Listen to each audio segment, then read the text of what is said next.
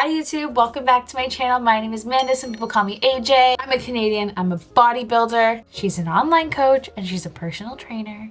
In this video, I'm going to take you guys through a little day in the life. Also going to tell you guys the whole little journey that is my fitness journey, where I started and where I am now, aka how the craps did I get into bodybuilding. And it's a little bit personal, so stay tuned for that. She's gonna be towards the end of this video. I just realized that when I started this video I did not intro it, and that is why we were getting this little intro moment right here, right now. I'm gonna swing you guys back to the morning Amanda when she was going to do her cardio. What a good girl. And let her take it away for the rest of the video. Enjoy. Number 205, Amanda. Good morning. I look like I just woke up, and that is because, well, I just woke up.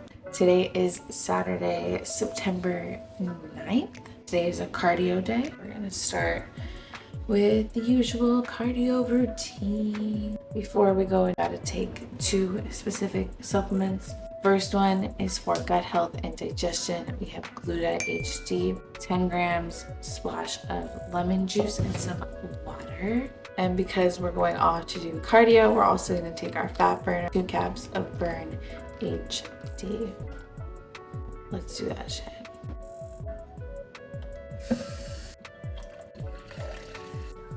Guess you could call this meal 1. We're gonna go do cardio.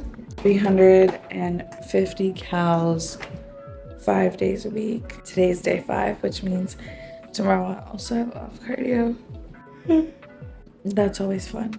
I'm showered. I just finished getting ready for my day. We've got a bunch of stuff going on today, but we're gonna start the morning off with a giant bowl of birthday cake oats. You wanna do birthday cake oats, you'll do your oats, 1 scoop of birthday cake whey, and then a shit ton of water. Blend it up real good. So if you're not on blended oats, you gotta get on blended oats. Then I just tossed some banana slices in cinnamon. So we'll eat this, and I will see you guys in the car. Give me 1 sec. For anyone following along, or for anyone that's curious for a car update, the update is that there's literally no update. I still haven't heard a single word from my mechanic. A lot of you guys messaged me, and I even got a comment on my video saying, your engine's done. And I'm like, yeah, I know. I know that if an engine tries to run with no oil and then it explodes, that it's probably not gonna run again. The whole thing that I'm waiting for is basically for the mechanics to come back and be like, hey, yeah, we fucked up. Something was wrong with the part and we're gonna be replacing your engine for you.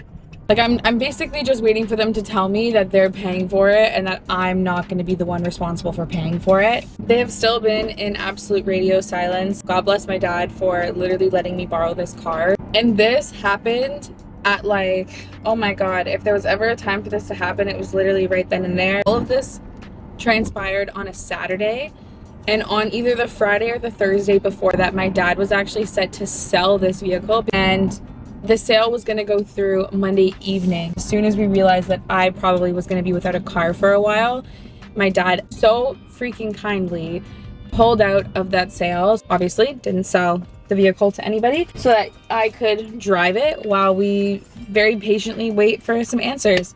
And I'm the kind of person where I'm not going to be like sitting around stressing. I'm not going to be hassling people, tracking things down, especially because if I'm sort of expecting for them to come back and to tell me, hey, like, we're gonna be replacing the part, the last thing that I'm gonna do is be mean. Oh, we're gonna go totally off topic here for a second. One time I was listening to this podcast and they were talking about how you should have a list in your phone of things that are immediate red flags you just absolutely will not compromise on.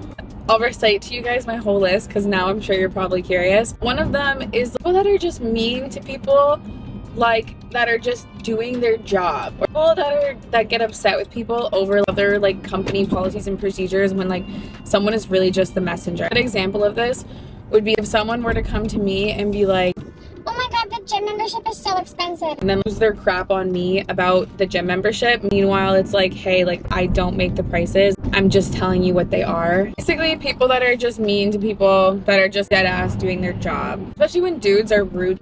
Anyone of any kind of service industry is also a huge red flag. Other red flags include road rage. That to me is disgusting. Men that don't do their own laundry. And this one could be a little bit controversial.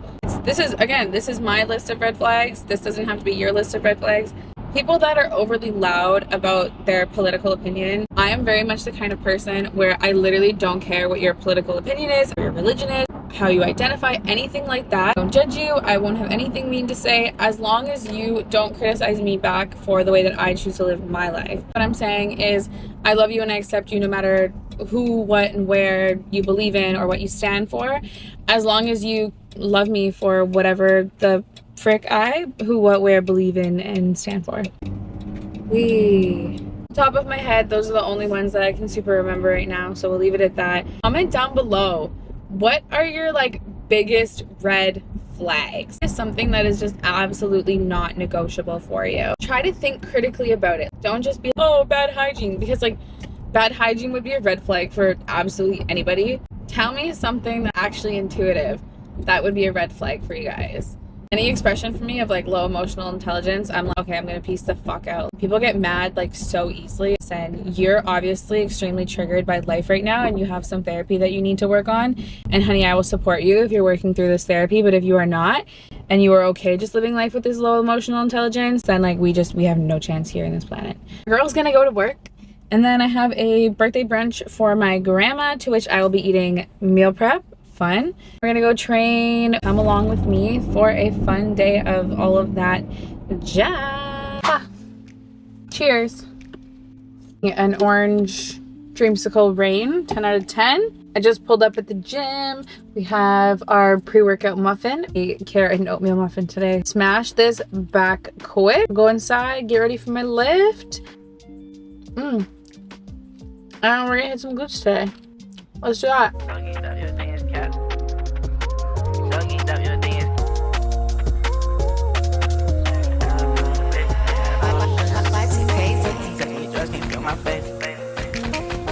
I'm not trying to feel myself.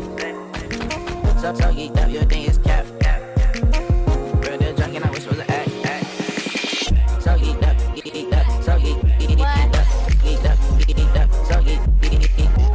up, your thing is cap. So geeked up, your thing is cap. Everyone say hi to Annette. Not come here together. Nar. But we both just finished our lift, so we're gonna go have a cream of rice party. Hello. As promised, I told you guys that I would take you through my fitness journey from where I started to how I ended up bodybuilding. The reason I never shared much of this sooner is because there's a lot of this story that is very personal to me. I'm not going to share all the ins and outs right now, but I will give you guys just a general timeline of where I started and how I looked and what I was doing. Growing up, I was super active. My parents had me in swimming. I did judo once, which we don't talk about that. I played soccer and I did competitive dance.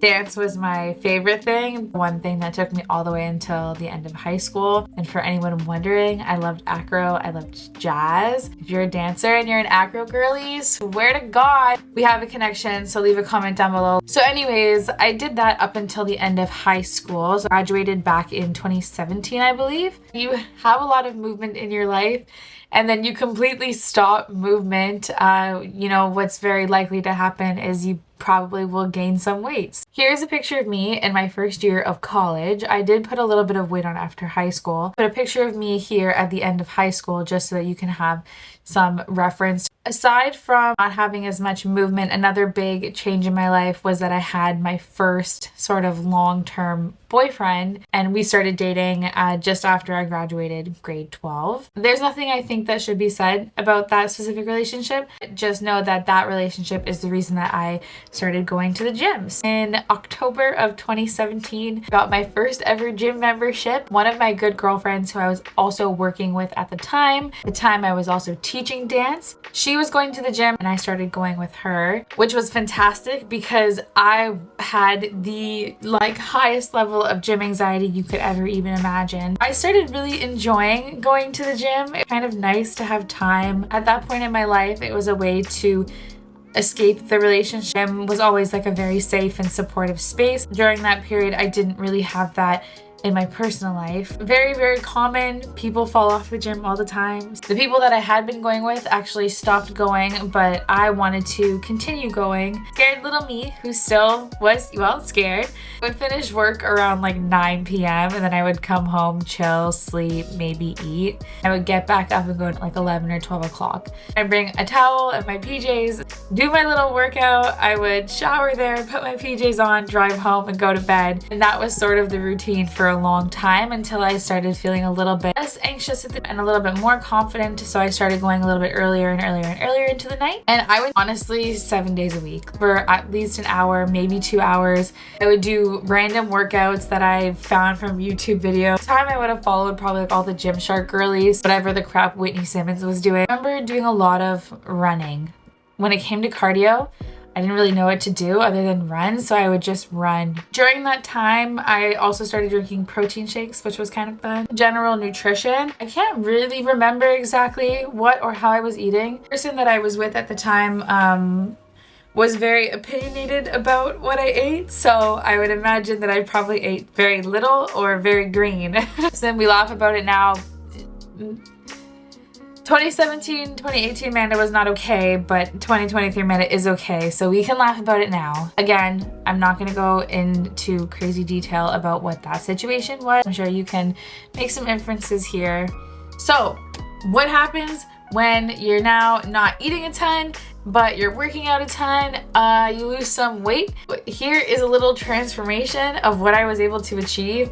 Literally just going to the gym, doing whatever the crap I was doing. And whatever groove I was on was really working for me and I really enjoyed it. So then I started designing my own workout programs, started following them.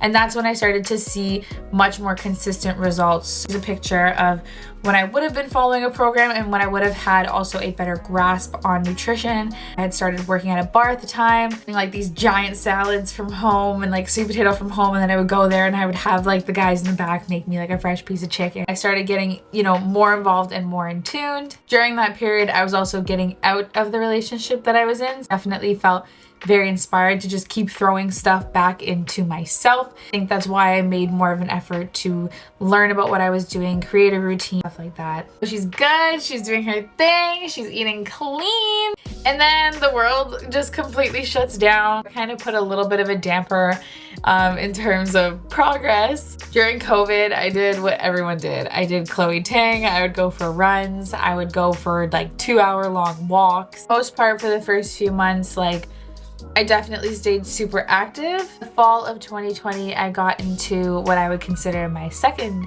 serious long-term relationship. And this person and I had a fabulous relationship, very supportive of me in the gym. They were very supportive of my lifestyle choices and my nutrition choices and stuff like that. However, then the world shut down again. And when the world is shut down and you have a boyfriend and you guys are comfortable, let's be real, you do a lot of sitting, you do a lot of Netflixing, you do a lot of ordering this, ordering that. So of course, she put on a little fluff. She was not moving. At this point in time as well, I had started my first big girl job. It was a small period where I was an office corporate girly. So I went from, you know, having jobs like teaching dance and working at a bar where I'm like on my feet, also getting movement, to a job where I was just sat in a desk all freaking day. So we put on a little bit of fluff. This was love fluff. She was in love, she was happy, her mans were eating good, whatever. Wasn't training because the gyms weren't open, dead of winter, so just shit was not happening. You know, 2021 happens. Gyms kind of open, gyms kind of close, gyms kind of open, gyms kind of close. And I would go, whenever the gyms were open, I would go. So I wasn't really paying too much attention to nutrition because me and this person at the time, we were really happy just like living our life, like going out to nice restaurants, doing all that sort of jazz. We would also drink a lot. So like if you're gonna drink a bottle of wine every Friday and Saturday, you're gonna be in a caloric surplus no matter how much of a deficit you are in every other 5 days of the week. Basically what I'm saying is yes, she put on a little bit of love fluff, but that's okay. She was still going to the gym. Spring of 2022, a complete shift in my life, and I left my corporate job and I started working as a personal trainer. Really felt inclined to pursue an area of work where I felt more passionate about. Yes, this was the best decision of my life, like turning my passions and my hobbies into my work. It's made it so amazing so that work for me never feels like work. Very shortly after I started this role, that relationship had unfortunately ended. It was for the good. We're okay. She's okay. Things are okay. All of these years, always seen bodybuilders and I was always infatuated by the idea of bodybuilding. I was always there. I followed people on Instagram that competed. There was just something that was like so scary but so intriguing to me about the concept of bodybuilding. I remember telling my ex like shortly before we split up after I had started working at the gym that like it might be a good time. I would love to try to compete, stuff like that. When that relationship did end, I was like, well, what do I do with myself now? So I started the process of looking for a coach. Reference here is what I looked like when I started working at the gym and I started looking for my coach. At the end of May, I hired my first ever coach and I had told him that I was interested in bodybuilding, but like I wanted to kind of leave it up to him to guide me through the whole entire process. Like if he said that, girl, you're not going to be ready to get on stage until 2025, I was going to be more than happy just training and eating and doing whatever until 2025. So yeah, threw myself into that whole process. Within the first couple months, we did a recomp. So I went from this to this. After the recomp was done, we did just like a little mini cut because I had asked for it. I was going on a vacation. So we cut from this to this. Fast forward, when I had returned back from vacation, he announced the official start of an off season. Here was me at the end of my off season. This is also when we started prep. And if you want to know anything about me and my fitness journey since we started prep, lucky for you, there's a whole YouTube channel of videos literally wrapping up that whole entire experience of what my plans are for the near future. We're still doing a little bit of a health phase / reverse phase post show, making sure like, you know, the mental is in check because she has her days. That is okay. But you know, we're just making sure those things are in check. That is my whole fitness journey. Hopefully this makes sense. Hopefully this timeline is somewhat clear. My favorite thing that comes from this story is that I started going to the gym and I stayed consistent in the gym to escape somewhere that was really dangerous, and I found so much comfort and safety in being at the gym. I think now it is the place where I am the strongest, both physically and mentally. Part of the reason why I love sharing my passion for fitness is because fitness gave me the strength in so many ways to escape what I was in. And it's not going to be that deep for everybody. Everybody has their reason for being in that place, and it is because they want a better life for themselves. Anyways, it's Saturday evening. I have a consult call in 20 minutes. I'm gonna wrap this up right here. Thank you so much for watching. I love you. Mwah. Make sure to like, comment, subscribe to the channel so you can follow along for the journey. Your girl is eating cream of rice right now. Anyways, I love you. Thank you so much for watching. I will see you very, very soon.